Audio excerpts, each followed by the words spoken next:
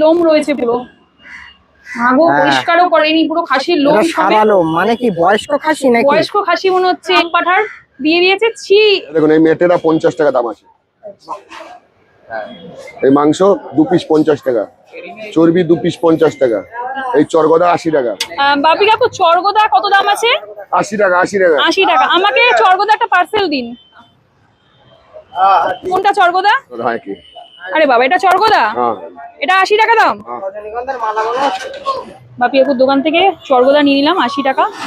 তো বাপি কাকুর দোকান থেকে নিয়ে নিয়েছি চরগোদা। ভাই রে ভাই, এই ফার্স্ট টাইম আমি চরগোদা নিয়েছি, দেখি ট্রাই করতে পারি কিনা। এত গরম নাকি প্লাস্টিকের বাটিতে সার্ভ করেছে। আশপাশ রয়েছে দেখো, এখানে আবার আঁশ রয়েছে, দেখো দেখতে পাচ্ছ এখানে, এই যে নিচের দিকে দেখো আঁশ ঝুলছে, ভালোভাবে পরিষ্কারও করেনি।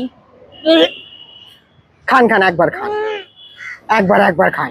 আমি ভেবেছিলাম খেয়ে দেখবো কেমন খেতে হয়, লোকে খাচ্ছে না রে ভাই। এটা খাসির লোম রয়েছে পুরো, মাগো পরিষ্কারও করেনি, পুরো খাসির লোম, সাদা লোম। মানে কি বয়স্ক খাসি নাকি? বয়স্ক খাসি মনে হচ্ছে, একদম শিয়ালদা সিআইটি মোড় আনন্দপল্লির সামনে। বাট আমি ভেবেছিলাম এটা খেতে পারবো, কারণ অনেক মানুষজন এটা খাচ্ছিল, বাট আমার পক্ষে খাওয়া সম্ভব না। জানি না কারা খায়, আমার 80 টাকা পুরো নষ্ট ভাই, এটা আমি খেতে পারবো না। ডাস্টবিনে ফেলবো, বড্ড ঘৃণা লাগছে এটা দেখে,